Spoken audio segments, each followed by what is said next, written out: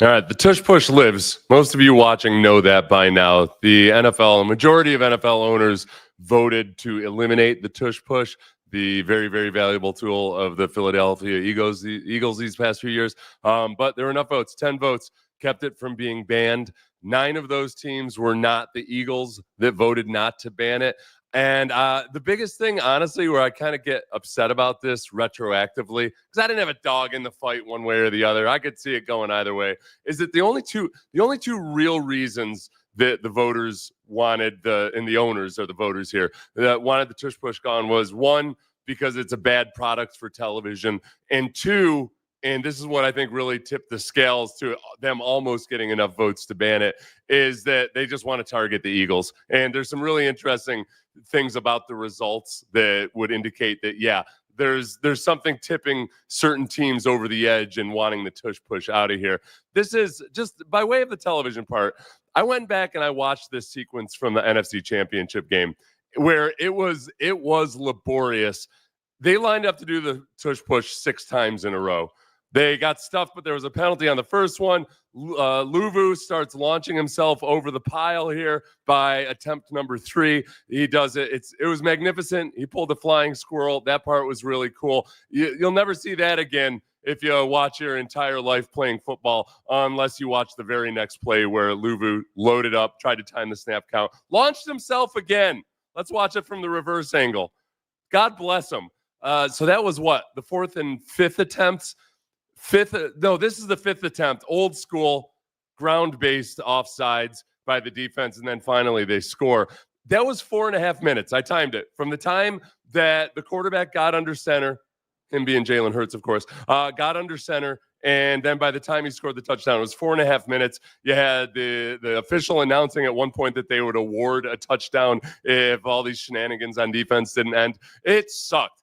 And yet, I, as a voter, if I were a football guy, if that had a vote in this, if I were a coach or a GM, perhaps, never going to be an owner, but I cannot, in good conscience, make this play illegal for no good safety reasons. The NFL safety advisor didn't even show up to comment on this, despite the league and Roger Goodell supposedly being very much in favor of banning this. And some of the other things, like that Green Bay at one point claimed that it didn't take any skill or anything, that it was just a brute force play. Then if that were the case, then there would be more than a couple of teams that are really, really good at it. And they also, by the way, wouldn't have freakishly athletic quarterbacks and Jalen Hurts and Josh Allen who are so good at it. And the Eagles run way more of this than anybody else. The Bills are a little bit more successful in terms of success rate, but the Eagles run like twice as many tush pushes. So I couldn't do it in good conscience.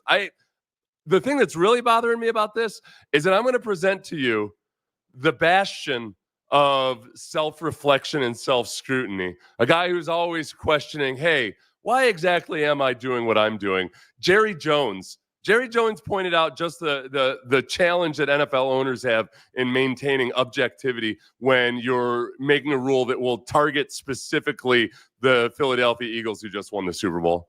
And here we are, the world champion is the main focus of the tush push.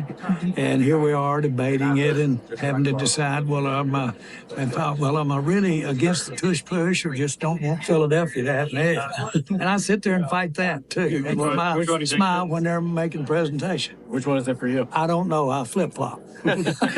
Yeah, okay. At least he's transparent about it, that he flip-flopped. And I kind of respect the old school Machiavellian nature of just like, hey, any way possible, I'm going to hurt my enemy. These are the teams that voted against banning the tush push.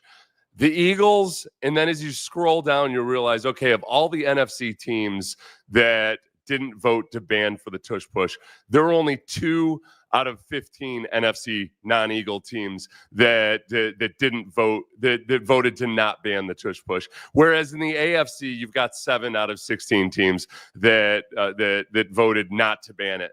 And I feel like that's pretty telling. Maybe that's just random chance. The NFC East opponents did not want to man up and say, all right, we're going to figure out a way to do this ourselves, where they easily could have, and yet they have not. I'm cool if someday the tush push goes away. I can't do it in a year where the Super Bowl champion took a completely clean and legal play. This isn't like the Patriots back in the day when they were getting away with being handsy. So the NFL decided, all right, let's clean this up and play it more like the rule book says. This was just 100% above board. Very little deception involved at all in this. It's not like you're trying to use funky formations or anything. I can't do it. I can't do it in good conscience. If the Browns were best at it in the league this year, then I would say, yes, get rid of it. But I can't do it. I can't do it when the Eagles and the Bills, two of the four teams that were the best in the league at it, were also in the conference championships this year. The other thing about the Bills, if anything, I mean, the Bills are the exact demonstration that, man, it's not an impossible play to stop. One of the reasons the Bills probably lost that game was that they were leaning way too much into either just QB sneaks or QB sneaks that have the tush push added, and the Chiefs figured out how to stop them. So I'm a little bit let down that the Texans went this route. I think from the comments by Nick Caserio and D'Amico Ryans in the offseason, I felt like those guys were kind of like, man, I can't vote. I wouldn't be able to vote against the guy, a team just for doing something well or targeting the Eagles specifically. And yet this is what the Texans did. I'm surprised that the Bills, they also should have had the Bills lead the charge because the Bills voted against it. Let me double check unless they change the results at the end. You're right. The Bills voted to ban it. And yet they're very, very good at it. But the league, the report is that the league and the owners that wanted to ban it said, hey, the Packers don't have an owner because they're publicly owned. So we'll have the Packers do it. That way people can't focus their vitriol on just one person. Like, soft. Come on, you're a billionaire and you're afraid about social media hatred or something. Get over yourselves. And B, the Packers are one of those teams that are not as good as the Eagles. At the very least, the Bills, if they had led the charge, could have said, look, it works very well for us, but frankly, we do have reservations about the safety of it, even though there aren't any statistics that would back that up. So I'm a little bit disappointed. Ultimately, this is an owner's vote, so it's not on the people making the actual football decisions. How to stop the tush push. Draft a big-ass Samoan. Step 2, make him play nose tackle on short yardage. Step 3, pay the man. Step 4, rinse and repeat. Texans do have on the roster, we have three Polynesian American the players, and Toa and 2 of the defensive linemen, at least, if I remember correctly. And we have a kicker. But yes, I think they're just from having played against Samoans and having played alongside Samoans or Polynesians. My God, it's like hitting a damn mountain. All right, we need more. It's always good. I mean, you can't win it. It's really hard to win a Super Bowl without at least one. So the Texans are really hedging their bets. Yes, my wife. But I'm going to be wearing a coat no matter how hot it is, anytime, anywhere, in any location, because my wife keeps it ice cold all the time. So that's the cross I have to bear. Eagles have to bear the cross of being really, really good at the tush push. I did think this was pretty good. This is the Eagles kind of taking their victory lap yesterday. Little montage they put together. Most important play in the playbook. It's a pure adrenaline play. It's Dude, I like the tush push. I like it too. I don't like the play at all. If you don't like it, get better at stopping it. Bro, how would you stop the push? With a cannon. It's too much of a rugby play to me. That's got nothing to do with any rugby movements. I don't know what's more of a football play. I really don't. Your side pushes, our side pushes. Who can push harder? We're just going to bulldoze against each other like machines made of meat. Hey, I don't think they should can the play because only one team knows how to run it, right? Sorry, our dogs are hungrier than your dogs. We're just tougher than you. Bring it. If everyone could do it, everybody would. Where's the camera? If everybody could do it, everybody would do it. All right, that was well done. I have a little bit of an issue with them, including Peter Schrager in that. I don't know if I do any kind of a hype video where I want somebody talking about how tough I am. I don't know if Peter Schrager is one of the guys leading up in the crescendo to Nick Sirianni at the end right there. Oh, it's like just Peter Schrager out of nowhere flies in with just the New England prep school vibe. But other than that, very, very good.